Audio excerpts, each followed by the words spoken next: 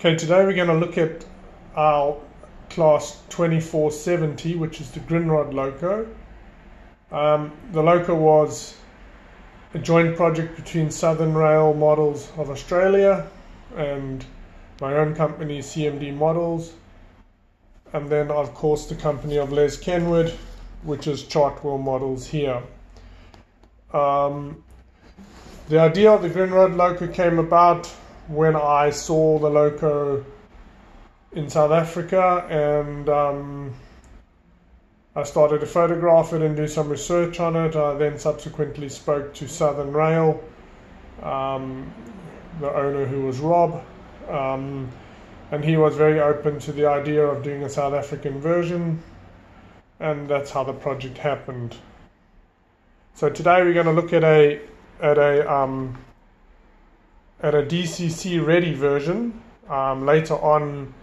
So we'll take a look at a digital version with sound and all the paraphernalia. But today it's just about a DCC version. I'll do a quick unboxing of the Loco. The Loco is 100% manufactured in China at Southern Models factory, Southern Rail's factory. So we'll take off the top, and as you can see, it comes with a quality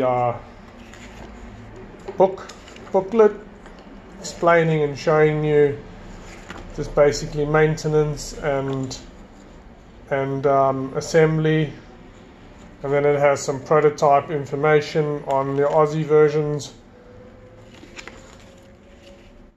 Also the features of the sound, what all the different functions do.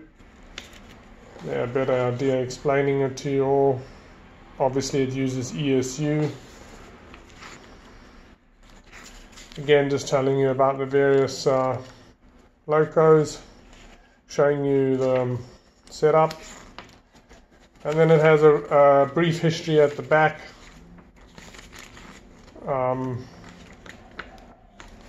Which talks about the South African versions. Very nice touch. It has an exploded drawing showing the breakdown of all the components.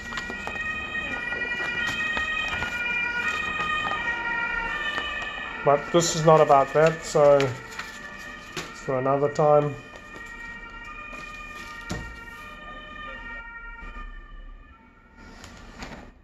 So as you can see, it has a foam protection. The Loco is really well protected. It has a foam protection. And then you get to the Loco itself, which has a vacuum formed sleeve. Again, the box is nicely padded. It's a very sturdy box, thick cardboard. So there we have it. There's the Loco inside the packaging, which slips out, so it's another protective layer like that. No cost is spared on this packaging to look after the Loco. And then it clips open, and again it has various protections. It has little foam, as you can see here, at the sensitive points to protect the detail. These are exquisite Locos.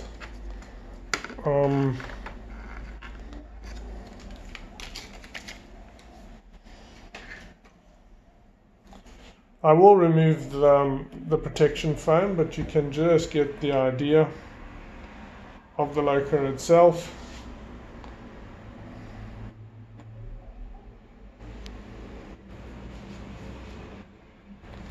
As you can see, the quality in the fans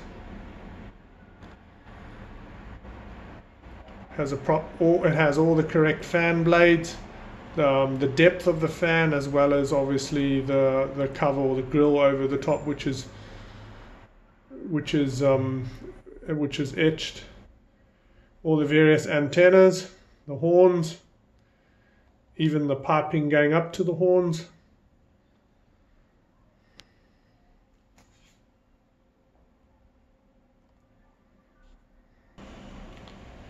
Okay, I've subsequently removed all the protection. You can see the GRINDROD logo. With all southern work, it's exquisitely done.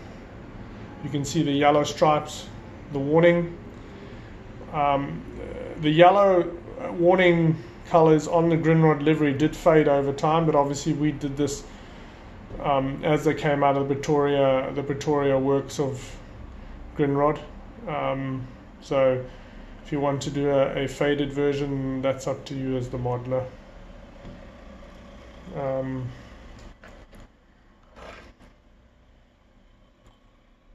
As you can see, the detail on this loco is exquisite.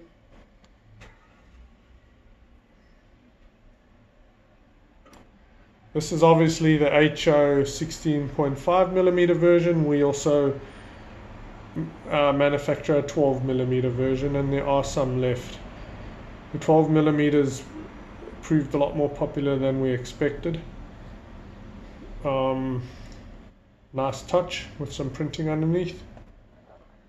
One of the nice things about Southern's designs is this part actually pops off, although you would never think it when you look at it, but it actually is a separate piece, and underneath is where the decoder and the circuit board is, so you can get to the decoder as long as you pop it quite with a bit of care that you don't break the little clamps. That I'll show you later. Again, let's just look at the front. Just look at the detail in that. It's magnificent. There is a driver in the loco. Let's turn it around. You can see there's the driver. It is a fairly detailed cab interior. So, and obviously all the lights work, whether it's the reverse lights or the driving lights, in DCC mode. Again, I will show you that a little later. I will do a second part to this video, which is the running side of it. Okay, so here is another one. This is just to show you, this is the ESU sound decoder, how it fits into the top. And this is the little cover plate, which cleverly disguises and allows access into the top. As you can see, the very nice handrails here, or grab irons. Okay. Right, now I've placed a DCC version, which you can see here. So you would have to remove this little plate, this little blank. It's a 21 pin or a Plux 22. You would pull this out, and you can fit any decoder of your choice in there as long as it's a 21 pin. The loco, the DCC ready version, has already got the sound speaker installed and the wiring. This is actually the wiring that goes down. So if you wanted to put in a sound decoder, it is ready for that. You don't need to buy speakers. You don't need to do the wiring. It is straightforward. Plug it in. Obviously, you would need to have access to the sound files, which we can provide. Or otherwise, you can just put a standard decoder in if you don't need sound. That is one thing that Southern did really well by pre-installing speakers into the loco. So there's no need to actually sort of do any of the fiddly work. They've already done it in China for you. Let's have a last look at it before we run these babies. Oh, that's a 12mm version, by the way. It's a lot narrower.